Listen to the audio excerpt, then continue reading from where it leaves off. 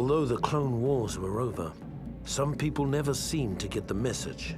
The worst case of denial was Gizor Delso, a Geonosian separatist who'd somehow escaped Lord Vader's efforts to wipe out the remnants of the CIS. Lord Vader tracked him to Mustafar and brought us in to finish the job.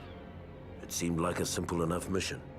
But when we saw the fleet of droid ships hovering over the planet, we suddenly realized that Delso's denial mechanisms were a little more dangerous than we'd imagined. What's up, guys? Welcome back to Let's Play Battlefront 2. So, our Imperial-class Star Destroyer has just been boarded by a droid gunship, and as the story exposition will tell you, we're fighting a small group of battle droids that have been reactivated over Mustafar, and they're intercepting our attempt to raid the planet. This is not good. Now, I don't believe the Imperial-class Star Destroyer actually has a hangar on the side of it. I think all the ships launch from the bottom, if I'm not mistaken. But for the sake of balancing in this game, all the cruisers have hangars on the side like this, which is fine, whatever. So I chose the Marine class here, which is, I don't think I got to show off the Marine class in the other space battles with the Clone Army. But they're the same across all four factions. They have a blaster rifle and a rocket launcher and four thermal detonators, to use proper terminology here. Yeah, they're awesome. It's like one of the most awesome ideas you could have had for a class in this game. Next thing you'll tell me is that we're gonna have jet troopers with blaster rifles and sniper rifles. Yeah. Anyway, so I'm trying actually not to lock onto this thing with the rocket launcher because the rocket will go past. It'll go underneath the center point that it's targeting is like at the back, and it won't actually hit the ship if I do it that way. Check out all my grenades. If I didn't say so before, large vehicles in this game are considered spawn points. So there are transport class vehicles. You have several different classes of vehicles. You have scout vehicles, you have tanks, walkers, and you have you have medium vehicles, heavy vehicles, and you have transport vehicles. And transport vehicles such as the ATTE or ATAT you can spawn from, and this is also true with the dropships like that. So now that we've cleared it out, we have our TIE squadron that has just spawned in here. We can go ahead and switch over to the pilot class, fix up our damaged hangar here.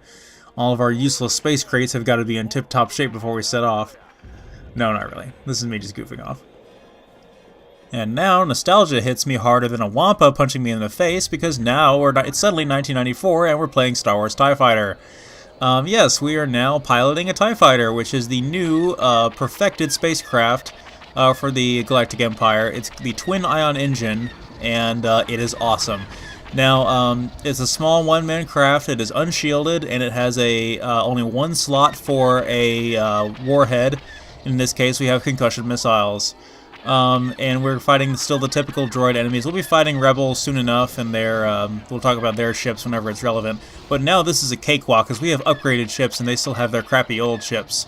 So we'll be showing just how accurate and maneuverable these things are, and also how powerful their weapons are. Honestly, I mean, I would like to say all the ships in this game are created equal, but really they're not.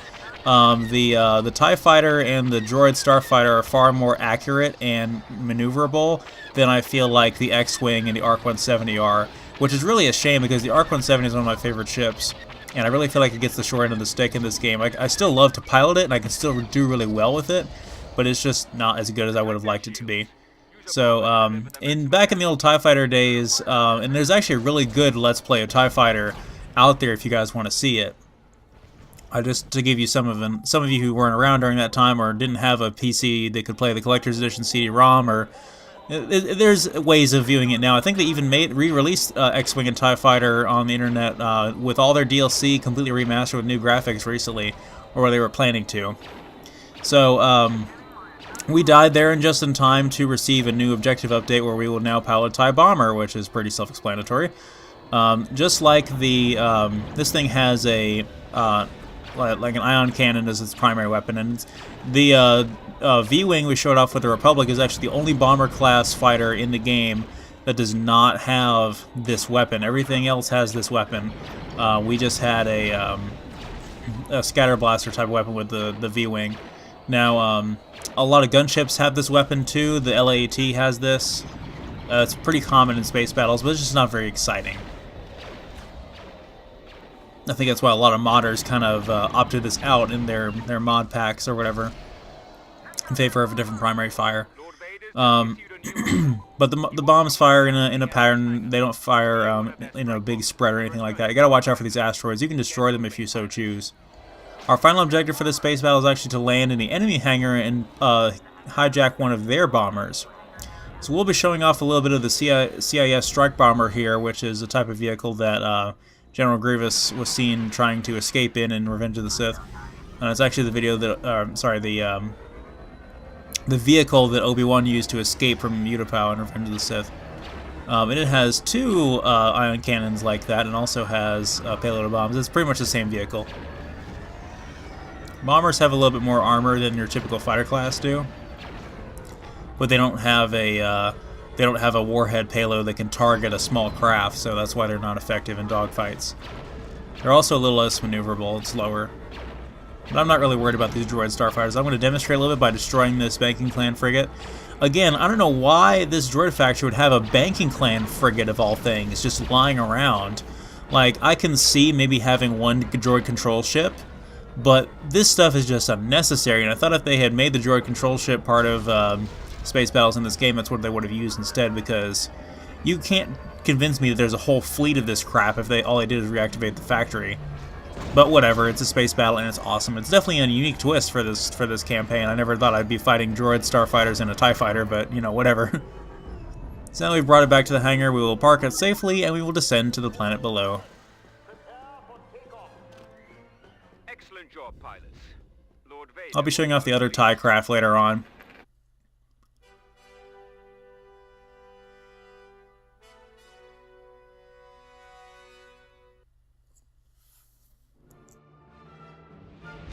The slight whiff of nostalgia the 501st had enjoyed fighting the droid fleet over Mustafar had already grown sour by the time we'd established orbital positions. Now it was time to find out what this was all about.